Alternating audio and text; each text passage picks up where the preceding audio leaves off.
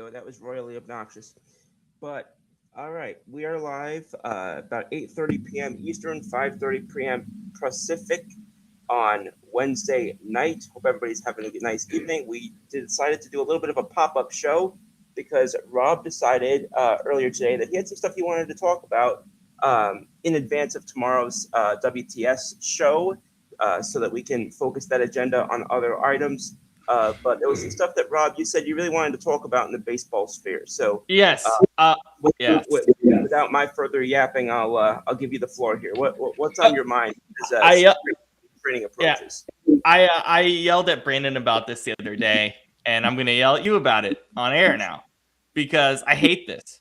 I think it's stupid. I think it's broken. I think it needs to be abolished. I think it's like literally one of the dumbest things in the history of business, like business in general. Like I'm talking like outside of sports, and that's MLB arbitration and the 6-year service time. I think it needs to be abolished. I think it needs to get rid of. And here's my point. And basically why I bring this up to you here really quick, just for 30-minute yap at this, is I want to see like what your thought process is.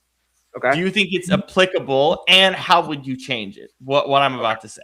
So first things first, you and I both, well, especially me, come from an NFL background, right?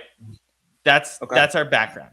So our background is very much, regardless, let's skip the franchise tag because the franchise tag kind of muddles this whole point. So let's forget that existed for a moment because it kind of hurts my point.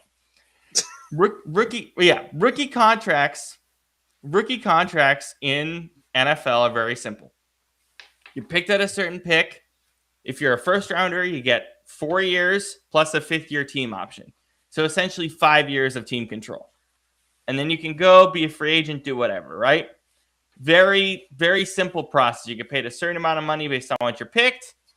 5 years, you can go do whatever you want, whatever you feel you want to do in free agency. Make the most money, be closer to family, yada yada, right? All these different things. Okay.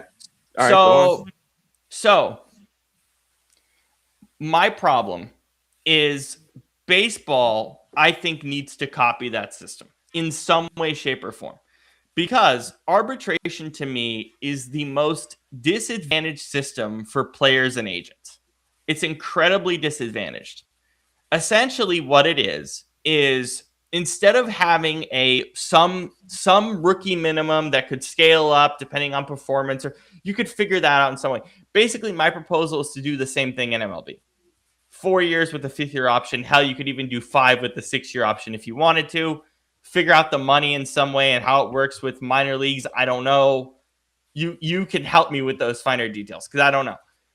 Arbitration to me is dumb, and service time is dumb. First off, service time disadvantages players, it disadvantages agents, and it disadvantages fans because we want to see the best up-and-coming players get into baseball as quickly as possible.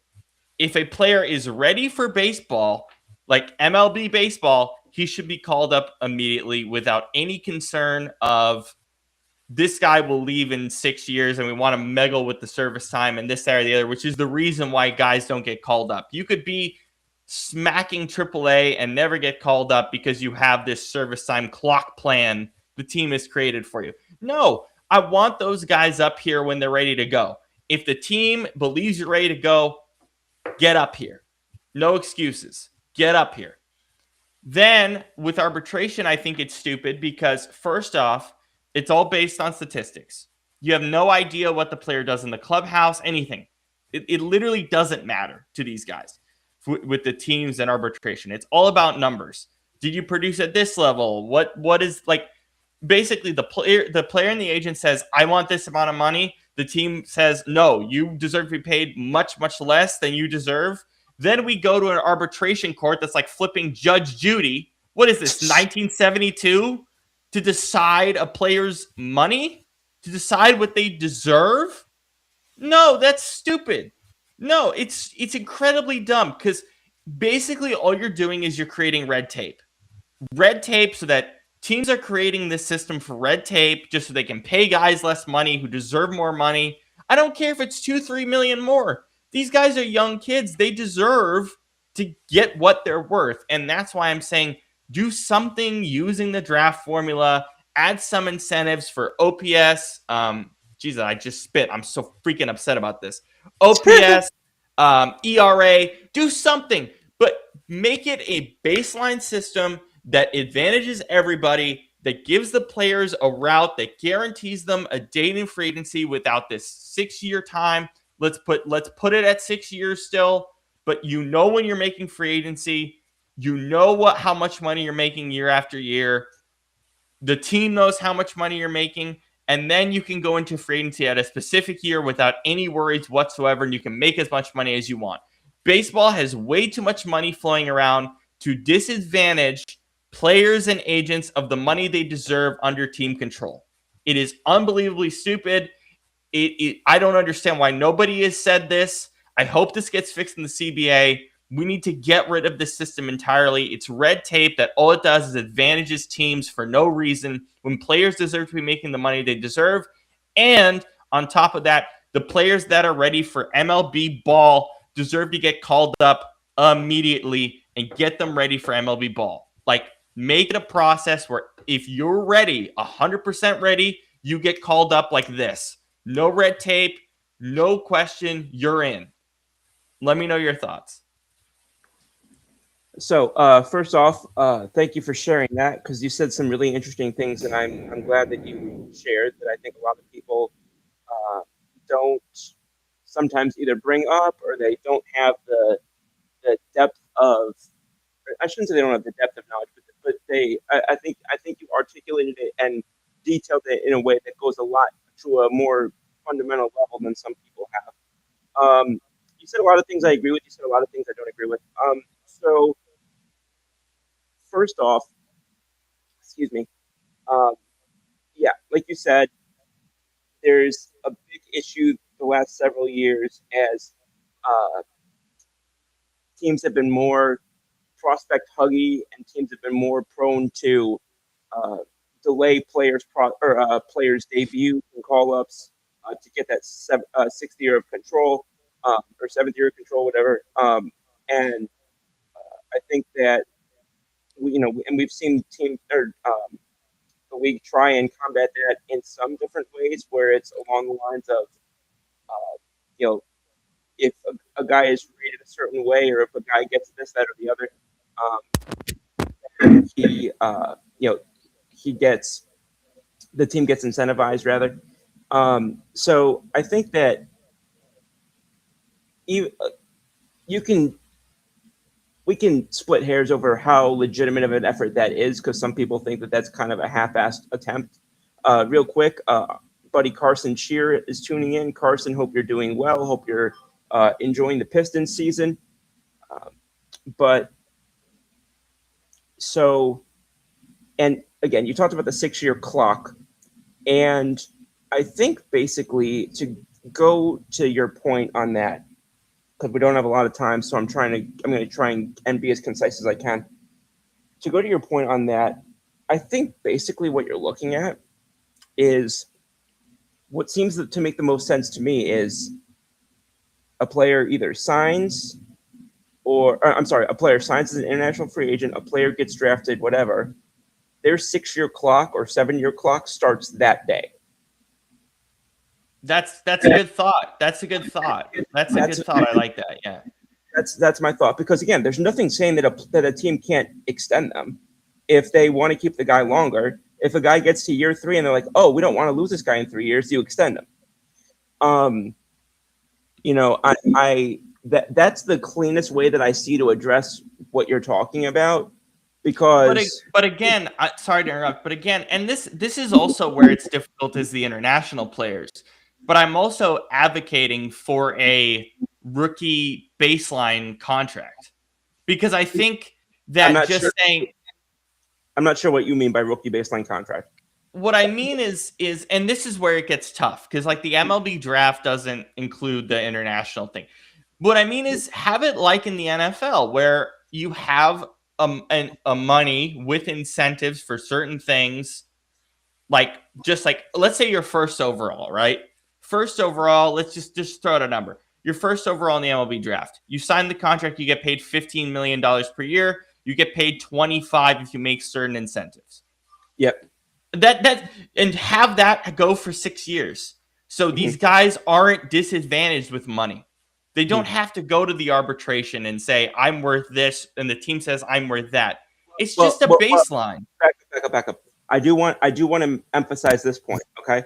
Arbitration is not every year of that 6 years. Arbitration is years 4 through 6. Still, but then what are the first 3 years? A team paying you $750,000 when you're worth $5 million? It's a waste. Well, I will say this. You really won't know what a player is worth that first year because again, you haven't seen them play a year in Major League Baseball. So yeah, by default, they are getting paid basically that league minimum around 800,000, whatever it is. But again, I will say I think that first year that does make sense because again, a lot of guys struggle that first year and then pop later on. A lot of guys pop. A lot of guys like Jesus Montero will pop that first year and then never be heard from again. So I don't have an issue with them making league minimum that first year, and I think that's part of why they go 3 years on that was to kind of set against that. I think that there's an argument to be made that should be brought down to 2 years now because guys are breaking out earlier than they used to be. Guys are more well trained than they used to be. Guys are more well developed than they used to be. Guys are, all of that. So I think there's a legitimate argument to be made that you want to do or that should be cut down to 2 years, and I'm sure that'll be discussed in the next CBA agreement because this one expires at the end of this season. But yeah, one of the things that I quite agree with as much was that because I think that there is I think there's also an argument to be made that that this is the closest to a level playing field in terms of all 30 teams and every player that you can get because again, no matter how hyped you are or no matter how we've seen guys that are very successful in AAA. That doesn't mean they do anything. That doesn't mean that they pop at major league level, or that doesn't mean that they're a top prospect. We've seen non-top prospects crush it at AAA, and we've seen top prospects absolutely fumble at AAA and then recircle down or not recircle, but restabilize. Eventually. So okay, so I'm gonna be a little facetious here, and I apologize. Then what's the point of the draft system? Then the draft system's stupid. You don't need a draft. You don't need a draft system if you're not going to incentivize the player to be drafted in a certain selection. I'm not sure I understand what you're saying. So what I mean is this, and again, international players is a separate thing. That's what makes this tough for me to kind of concise. It's like if you and I don't know how. Well, yeah, you're saying league minimum. What I mean is if you're first overall, you should get paid a lot more money than the guy who's second overall pick 30. You should be incentivized with money for what pick you're being taken. Second overall pick 30. I don't know. No. Sorry. A guy who's pick round 1, pick 1 should be paid more money than a guy who's round 2, pick 15. Because if you're not doing that, so here's what happened. Here's what happens. Do you know what the bonus pool means? A little bit. I've heard about it. So essentially that kind of already in a sense does exist, but it's the total amount of money that a team can play its entire draft class. It's teams get a descending amount of money that they're allowed to pay their draft class based on where they pick, which is of course the inverse order of the last year's standings, with the exception of the draft lottery that they just instituted. So is good. so that it does in a sense exist, except it's just instead of going one pick by one pick, it's concentrated so that one team that would have pick 131, 61, 91.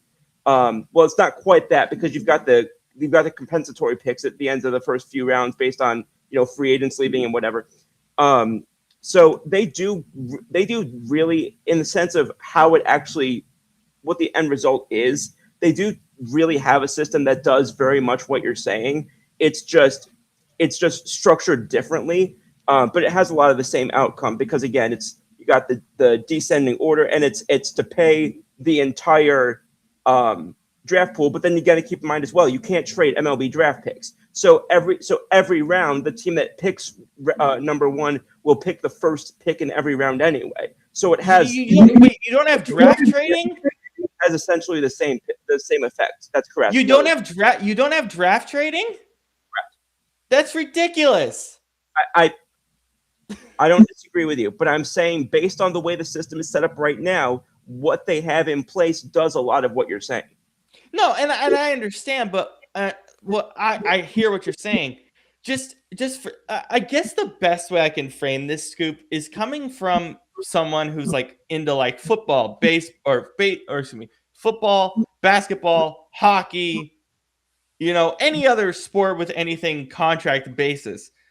I will say I don't know what soccer does, but if you got any soccer background that relates here, please drop it because I don't ever talk soccer. The soccer background is a little different because it's academies. You get paid a certain amount of money in the academy, going up the because in soccer you're in professional soccer at flipping basically 14 years old, 13 years old, and you just go up. That kind of almost is a little bit of like what the international system is, because a lot of these guys are signing their international free agency contracts at 14, not 14, but 15, 16.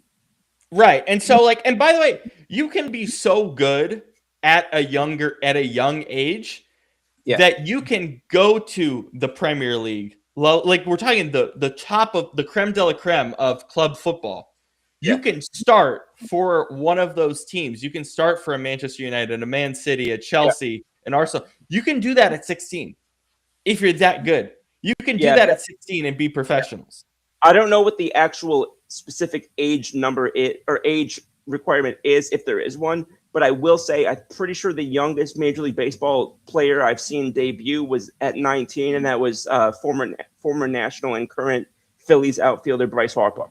Like there's literally people on top Premier League clubs who are 16. And then obviously the contract is a little different. There's a lot of different things in terms of money and financial fair play that is too complicated for me to get into. Transfer budgets, this, that, or the other.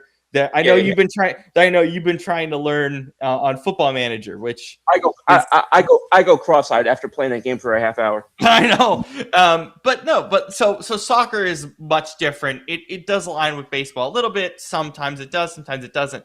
But it's just like I think even like from that perspective, I'm just so confused with baseball. To me, everything baseball does with money until free agency advantages the teams to such a massive degree that I think it's unfair.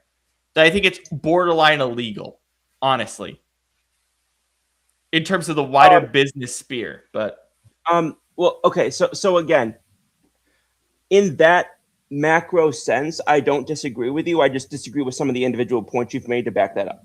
No, and by the way, I understand that the individual points are incorrect for one reason or another, because baseball again is a complete different system. I'm just saying that I think this is a good starting point to a conversation when we get to the CBA next year of there just needs to be fundamental change in some way to how the money is being spent. Absolutely. And this is why everybody and their mother is prepared for the fact that it'll be a lockout. And not only will it be a lockout, but I am almost certain it'll be a longer lockout than we had in 2022 or whatever it was. Which is royally concerning to me, because baseball went damn near 30 years without a labor stoppage, and now it's going to have 2 in 5 years. That is not a good situation to be in when you just finally got yourself to a more prominent and popular and relevant space than you had been in quite some time. So I kudos to him. He's done some great things for the game. I will acknowledge that, even though I'm not a fan of his. But my God, I cannot wait for Commissioner Rob Manfred to retire. He's in 2029, didn't he? 2028, 2029. All I heard was not fast enough. Yeah, there were 2 others who were finalists to take over as commissioner when Alan Selig retired. or Bud Selig, as he was more commonly known. One of them was Tom Warner, the chairman of the Red Sox, which I kind of was rooting for. Although seeing the way he's run the Red Sox the last few years, I feel like that might have been even worse.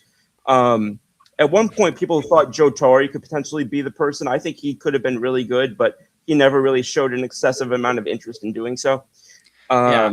And then I'll add to your point with this, right? Because with where baseball is at, just from a popularity standpoint, we just got NBC's Sunday Night Baseball schedule, and NBC is gonna bring in like what? I said I don't even remember what it says. Well, no, it's just like well, what I'm saying is like NBC is gonna bring in a bunch of like really talented like former players. Like I'm hearing Clayton Kershaw, I'm hearing Buster Posey's gonna be on that panel. It's Good. like so there's that ESPN is still involved. Like even from the perspective of we're restarting the Sunday Night Football television or Sunday Night Baseball, television deal Yeah. and repurposing it. Netflix is getting all these different companies are getting involved. To do that before a labor stoppage is unprecedented. That's ridiculous. That's insanity.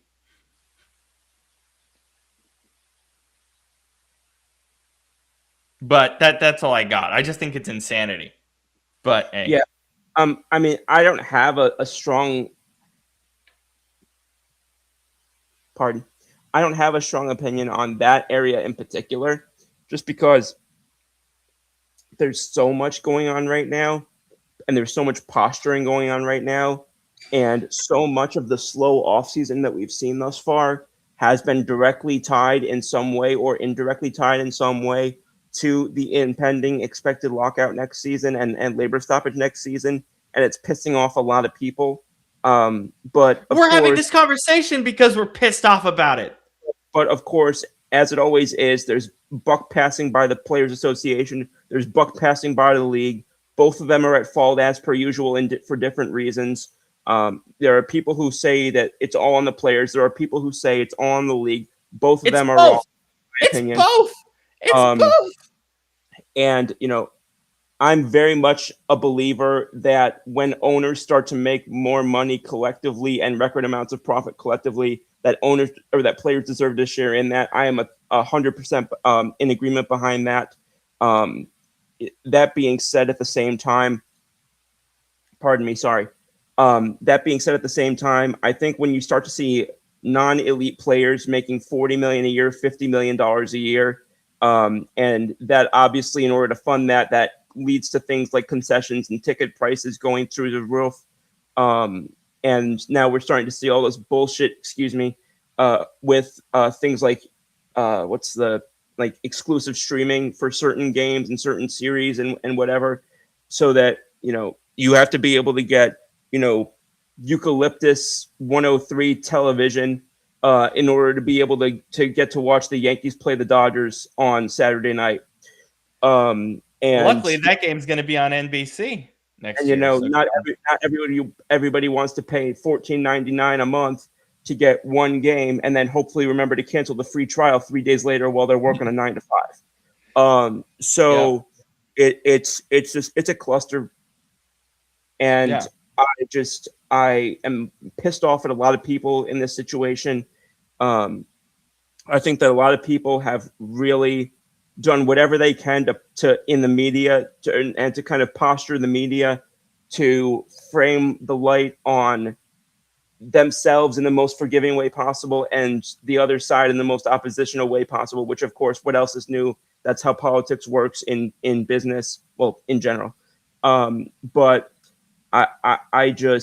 it frustrates the hell out of me. And quite honestly, as a baseball fan and a baseball fan of almost 20 years, it scares the hell out of me, because the game of baseball, listen to me carefully. The game of baseball is always going to be there.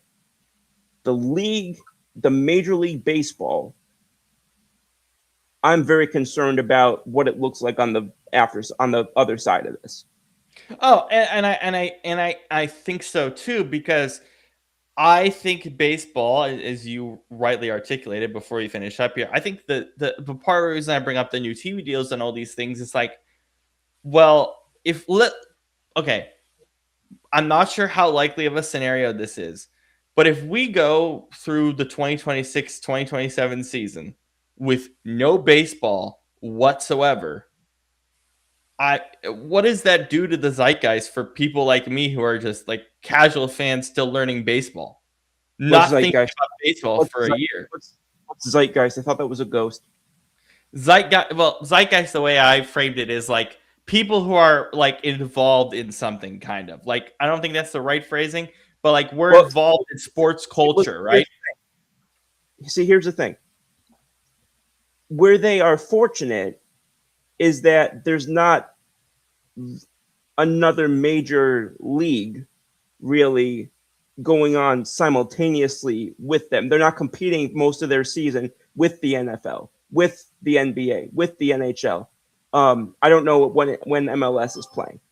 MLS is switching their schedule to compete with them, but they're not even close to competing with MLB right now. They're not Okay. even close. Well, no, that part I know, but I'm just saying, in this day and age, it's never been easier for people to find other shit to do. Yeah. And you know, I just and if you were already having trouble, at least in the recent past, getting eyeballs to stay consistently, if you already were having a problem, when I did a research product on baseball about 8 years ago, 7 or 8 years, no, 8 years ago, and the average age of people who went to a game, I think, was like 57. So you already were having trouble attracting younger people, and now you're gonna not have the game accessible for an indefinite period of time. Yeah. I Exactly. I and it's quite interesting because you start talking about a scenario in which the league wants to expand to 32 teams. Quite honestly, if you're having this much bitching over money, why don't you contract the 6 teams that refuse to spend any of it? Contract the Pirates, contract the White Sox, contract the Marlins, contract the, whoever. Why don't you? The thing with it is, I don't I don't. like. By the way, let me just say, I said that a little bit tongue in cheek. I'm not literally calling for you to get rid of 20% of the teams. Right, but what is hilarious is that when you're talking about the two, really quick, when you're talking about the two lockouts in 5 years, are you counting COVID when they redid the CBA during COVID? Uh, See, here's the thing.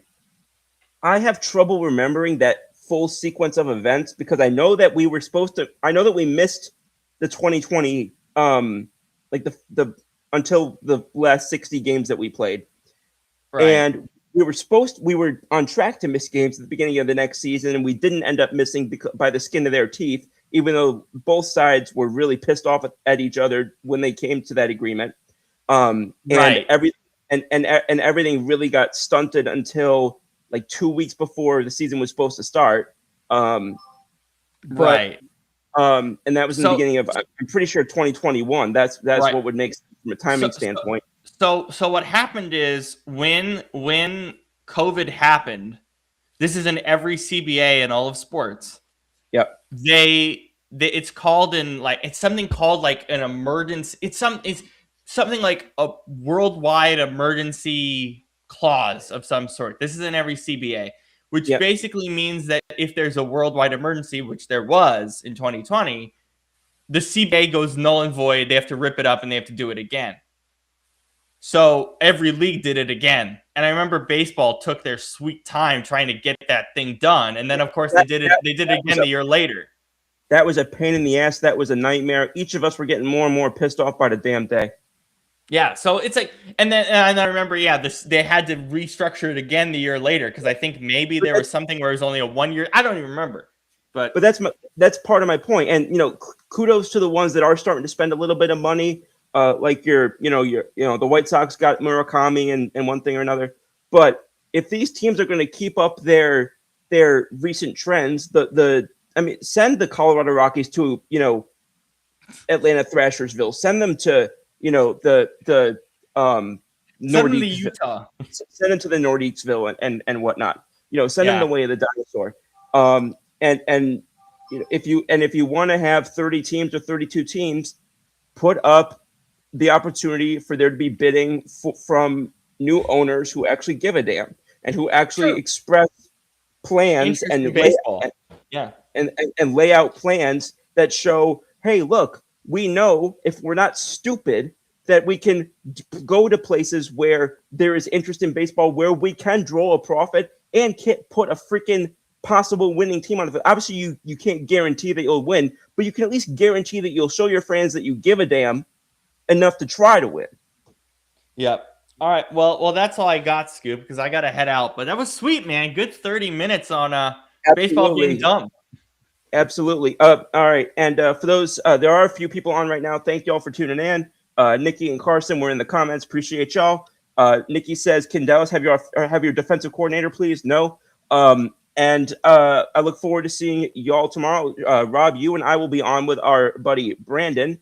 Let's go, Tune baby. in tomorrow Peace. for what's the scoop. We've got a lot of baseball Hall of Fame to talk about. We've got some NFL to talk about. You know that Brandon and I won't get into the specific details right now, but you know Brandon and I are going to be very excited to talk about one particular topic. And Excited for that. so we'll see you in about 22 hours. Yeah, thanks for having me on, man. That was fun. Peace out, everybody. Thanks for jumping on, man. And shout out to Kenny in particular for allowing us to come on in this slot that was definitely not a regular thing for us, but we're having a great time. We had a great time doing it. So shout out to him as well. With that, have a good Wednesday night, everybody. We'll see you tomorrow.